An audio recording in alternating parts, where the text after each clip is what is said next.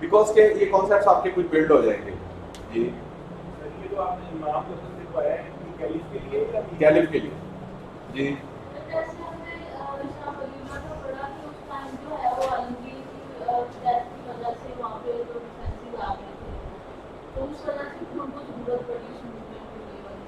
تو اس کا بھی کوئی ایسا بیک نہیں نہیں اس ٹائم تو پیورلی اسلامک اسٹیٹ چل رہی تھی نا. وہ تو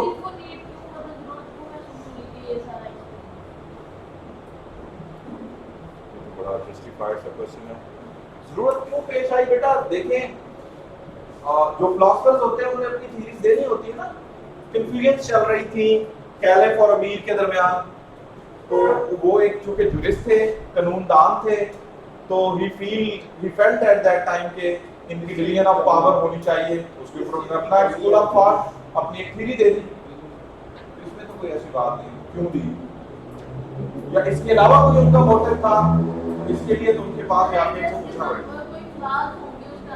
ڈیفینیٹلی یہ بات تو بیٹا انڈرسٹوڈ ہے دیٹ از یونیورسلی اکنالجڈ کہ جب بھی کوئی فلاسفر کوئی تھیوری دیتا ہے تو اس ٹائم یہ تو بات ہم بڑی دفعہ ڈسکس کر چکے ہیں کہ like democracy best form of government ہے. آج کی یونائٹڈ نیشن ڈے ہی اس کا 15 ستمبر منا رہی ہے. لیکن جو ایرسٹوٹل اور پلیٹو اور سوکریٹس تھے جنہوں نے پولیٹیکل فلسفی کی بنیادیں رکھی ہیں BC میں ان سے بہت پہلے تو وہ تو ڈیموکریسی کو برا کہتے ہیں. ڈیپینڈس کہ اس ٹائم ڈیموکریسی کون سی چل رہی تھی ہو کیا رہا. تو الٹیمیٹ اس ٹائم کچھ نہ کچھ ڈیفیشنسیز فلاز ایشوز چل رہے ہوتے ہیں جس کے اوپر وہ فیل کرتے ہیں کہ یہ جو ہے اور اسی وجہ سے انہوں نے ایک رول پلے کیا ہوتا ہے ان فلسفیز نے جس وجہ سے اس کے سروائیول ایگزسٹ کر رہی ہوتی ہے. ان کی ایک امپورٹنس ہوتی ہے. دیکھیں آج بھی بیٹا یہ بھی ہم ڈسکس کر رہے تھے کہ تھیوکریسی ایران میں جب بنی اسلامک ریولوشن کے بعد تو ایک مسئلہ تو آیا ہوگا کہ آپ کہتے ہیں کہ بھائی مذہبی اعتبار سے یہ ہمارا سپریم لیڈر جو یہ کرے تو پھر یہی کر لے نا. نیچے آپ نے ایک پریزیڈنٹ بٹھا دیا آپ کہتے ہیں نہیں گورنمنٹ سارے معاملات یہ چلائے گا سپریم لیڈر وہ ہے تو پھر کس کی ماننی ہے؟ ان کی کہ ان کی؟ فارن پالیسی کن کی چلے گی؟ ان کی کہ ان کی؟ اکانومی پر ڈیسیژنز کن کے چلیں گے؟ ان کے کہ ان کے؟ پھر یہ جو بندہ ہے یہ تھرو الیکشنز آئے گا جو پریزیڈنٹ ہے تو اس کا مطلب ہے کہ پاپولر سوورینٹی لے کے تو یہ آیا ہے. جو سپریم لیڈر ہے ان کی سلیکشن کا سیٹ اپ ہی اور ہے اور وہ تعینات ہیں. ٹھیک ہے تو دس از another thing. تو الٹیمیٹ it will felt کہ there is a deficiency division of powers کو لے کر کے تو like that پھر انہوں نے یہ معاملہ کیا. clear? any other question? کوئی question نہیں؟ جلدی پڑھیں ٹائم کیا ہو رہا ہے؟ مسٹر سائنس پہ بھی جانا ہے ہم نے 6:30. وہ تو لیٹ نہیں کھلتا آج کل تو بند ہو گیا نا انڈور. اچھا جی سو انہوں نے بیٹا کہا کہ جو آپ کا امام ہے وہ کیسے آئے گا؟ اتحاد سے. اب آپ چاہیں خلفاء راشدین کے دور میں اتحاد ہی چلتا تھا نا. لوگ کہتے ہیں اس وقت جمہوریت تھی کہ نہیں تو کہیں گے اس کی جمہوریت آپ کسے کہتے ہیں؟ تو جمہوریت مین پاپولر سوورینٹی ہے نا لوگوں کی ول ہے تو ول اتحاد. ٹھیک ہے کہ جی سب لوگ خوش ہیں اس پہ کسی کو کوئی اعتراض تو نہیں. اگر ہے تو جو امیر ہے جو کیلف ہے ان کا دباؤ لگتا ہے تو ان کی عدالت میں آ کے کہے کہ بھائی میں نہیں دیا اگری کرتا. ٹھیک ہے سب کے لیے وہ اوپن تھا نا جسٹس تھا. تو مینس ٹو سے کہ آپ کے پاس کیا پاسبلٹی تھی دیٹ واز اتحاد. اور یہی بات جو ہے وہ آپ کو الماوردی بھی اپنی تھیری آف امامت میں کہہ رہے ہیں. کلیئر؟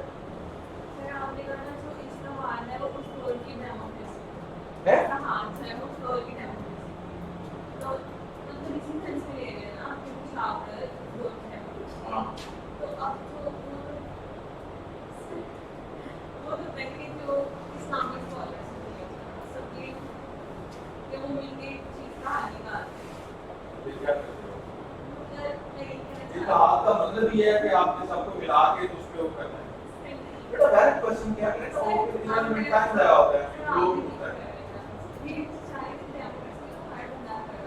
میرا سوال یہ ہے کہ اس ٹائم اس طرح سے پرچیاں بننا پولیٹیکل پارٹیز بننا الیکشن کمیشن کا ہونا وہ سارا پاسبل ہی نہیں تھا تو پھر آپ کے پاس کیا پاسبلٹی تھی؟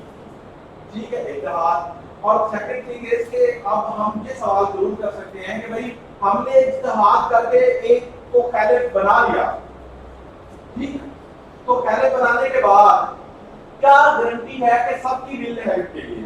تو اس کے لیے پھر ول آف میجورٹی تھی نا, تو پھر 4 قبیلے 5 قبیلے اکٹھے ہو کے آ جائے نا ان کی عدالت میں اور آ کے کہیں کہ بھائی آپ ہمیں, ہم آپ سے اتفاق نہیں کرتے, اور اگر ایسا ہوتا تو ڈیفینیٹلی وہ آگے کہتے خلفاء راشدین جو ہیں وہ آفٹر ڈیتھ بھی چینج ہوتے رہے نا, تو اگر کوئی ایسا ڈرا بیک ہوتا تو ڈیفینیٹلی ایک پورے ایریا کے لوگ ایک کچھ قبائل آتے اور آ کے کہتے کہ بھائی ہم آپ سے متفق نہیں ہیں.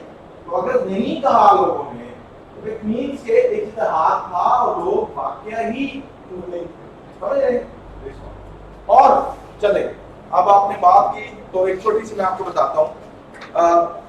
حضرت عمر فاروق رضی اللہ تعالیٰ عنہ جو تھے جب وہ اپنے ڈیتھ بیڈ پہ تھے تو انہوں نے ایز اے خلیف ایز خلیفہ 6 اصحاب کو ریکمینڈ کیا تھا, 6 کو, ٹھیک ہے جی. انہوں نے کہا جی میری طرف سے میری آبزرویشن یہ ہے کہ یہ 6 لوگ خلیفہ کے لیے زیادہ سوٹیبل ہیں, فردر آپ اس پہ اجتہاد کر لیں, ٹھیک ہے جی. تو پھر ڈیسائیڈ ہوا اور نیکسٹ, ٹھیک ہے. تو زیادہ اس کے اوپر ہم وہ نہیں کرنا چاہ رہے جی بیٹا. نیکسٹ چلتے ہیں. کلیئر سب کو؟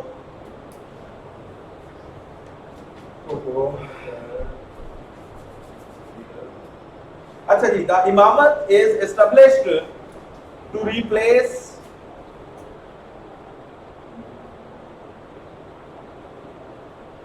چلیں یہ کوشچن ہے ویرائٹی نہیں بنتی ہے. ہاں اچھا یہ دیکھیں قرآن پاک میں ہے, قرآن پاک کے 4 پارہ میں 64 نمبر سورہ ہے اور اس کا کچھ مفہوم اس طرح سے بنتا ہے. And we did not send any messenger, we did not send any messenger except to be obeyed by permission of Allah. By permission of Allah. دیکھیں there is another thing. We do not send any messenger except to be obeyed by permission of Allah. اب یہاں بیٹا ایک سوال یہ پیدا ہوتا ہے کہ آپ نے فرما دیا کہ جی فلاں شخص جو ہے وہ خلیفہ ہوگا اور سب اس کی پیروی کریں, تو بھی اسلام ہے یہ مسلم, تو اصل جو سوورینٹی ہے وہ تو اللہ کی ہے, اصل بات تو اللہ کی ہے. تو کسی پیغمبر کی اطاعت کیوں کریں, اور کیوں فرمایا گیا کہ پیغمبر کی اطاعت در حقیقت اللہ کی اطاعت ہے. تو اس پیغمبر کی جو سلیکشن ہے وہ کس نے کی؟ ٹھیک ہو گیا. اور اس کے بعد اللہ فرما رہے قرآن پاک میں کہ میں نے کوئی ایسا میسنجر ہی نہیں بھیجا, اپنا پیغام لے جانے والا پیغمبر ہی نہیں بھیجا کہ جس کو اس کی تابعداری کے اختیار نہ دیے گئے ہوں, لیکن وہ اوبیڈینسی ہوگی کس کی مرضی سے؟ اللہ کی مرضی سے. تو اگین اگر آپ کو یاد ہو تو یہ بیٹا ڈیلیگیشن آف پاور ہے. اللہ نے یہ پاور آف اوبیڈینسی ڈیلیگیٹ کی کس کو, اور جب ناراضگیاں ہوئی تو ان پیغمبروں سے وہ پاور واپس بھی نہیں, آپ نے دیکھا نا, اور ان کو سزائیں بھی نہیں. means to say that that power was not granted but delegated by God Almighty, اور اس کے اکارڈنگلی سب ہوتا ہے. ٹھیک ہو گیا جی, کانسیپٹ از کلیئر.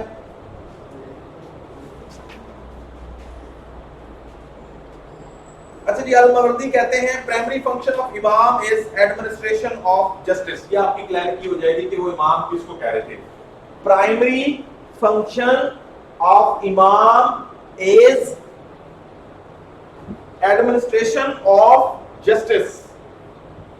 امام کا بنیادی کام ہے انصاف قائم کرنا. جب انصاف قائم ہوگا, دیکھیں لوگوں کو ان کے حقوق مل رہے ہیں جو اسٹیٹ کو دینے چاہیے یا نہیں, تو اگر وہ مل رہے ہیں تو یہ جسٹس ہے.